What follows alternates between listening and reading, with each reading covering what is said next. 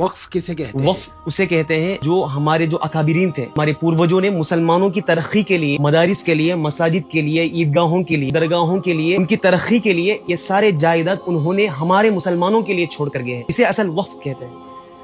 और वक्फ का सिलसिला कब से शुरू? ये सिलसिला आपसे नहीं है वक्फ का, ये आप सल्लल्लाहु अलैहि वसल्लम के जमाने से ये सिलसिला आता आ रहा है। और हजरत उमर के जमाने में भी कई वक्फ के लिए, मुसलमानों के लिए कई जमीनें वक्फ कर दी है। उसके बाद हमारे जो हिंदुस्तान के जो बड़े बड़े राजा थे वो भी मुसलमानों की तरक्की के लिए ये अपने लैंड्स वक्फ कर दिए हैं, ताकि जो जरूरतमंद है मुसलमानों को वक्फ के जरिए से वो अपनी मदद हासिल करे। ये असल वक्फ का मकसद है। और आप सल्लल्लाहु अलैहि वसल्लम से ये वक्फ का सिलसिला जारी है, अब की बात नहीं है, ये तब से शुरू होता आ रहा है।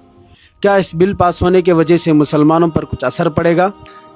असर पड़ेगा तभी तो हम लोग इतनी मेहनत कर रहे हैं, इतने रैलीज निकाल रहे हैं। तो इख्तियार हम लोगों के, जो हमारे जो वक्फ के बड़े थे, जो उनके इख्तियार में था, ये सारे का सारा इख्तियार वो हुकूमत के अंडर में चले जाएगा, जिसकी बुनियाद पर हम लोग कुछ भी नहीं कर सकते। अगर कुछ करना भी चाहे तो क्या होगा, सबसे पहले उनकी इजाजत लेना पड़ेगा। सबसे पहले इसके अंदर कलेक्टर की दखलंदाजी होगी, जो पुलिस ऑफिसर है, जो अनखरीब, इनका भी दखलंदाजी हो जाएगा। इस वजह से हम लोग इसके खिलाफ लड़ रहे हैं, क्योंकि ये हमारी जमीन है, हमारे बड़े अकाबिरीन ने हमारे लिए छोड़ कर गए हैं, मुसलमानों की तरक्की के लिए। इसी वजह से हम लोग लड़ रहे हैं। बस ऐसे ही नहीं कि हम लोग हुकूमत कोई भी कानून लागू कर दे, हम लोग हाँ में हाँ मिलाते रहे, इस वजह से नहीं, बल्कि ये जरूरत है हमारे मुसलमानों की, इसलिए हम लोग इसके लिए लड़ रहे हैं।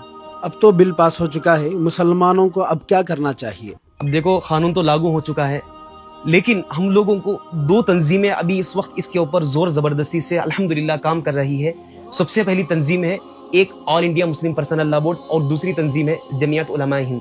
हम लोगों को चाहिए कि ये जो भी हम लोगों को गाइड करे उसको हम इस वक्त फॉलो करना बहुत ज़रूरी है, क्योंकि इनको आइडिया है कि किस तरीके से इसे हैंडल किया जाएगा। बड़े बड़े अकाबिरीन इन तंजीमों के साथ जुड़े हैं। इंशाल्लाह हम लोगों को भी, हम सारे नौजवानों को भी इनको फॉलो करनी चाहिए। इंशाल्लाह अब वक्त आ गया है हम सारे मुसलमानों को जागने का। अगर हम लोग इसे भी ढील करेंगे, ढील देंगे, तो समझ जाइए हमारे मसाजिद, मदारिस, खानखा, दरगाह, कब्रिस्तान तक हमारे इख्तियार में नहीं रहेंगे। इन चीज़ों को भी हम लोग अपने हाथों से गंवा देंगे। समझ रहे हैं आप मेरी बात? तो प्लीज़ ऐसे मामलात में सबसे पहले बड़े अकाबिरीन की जो भी गाइडेंस सबसे पहले आएगी, आप इसे फॉलो करें।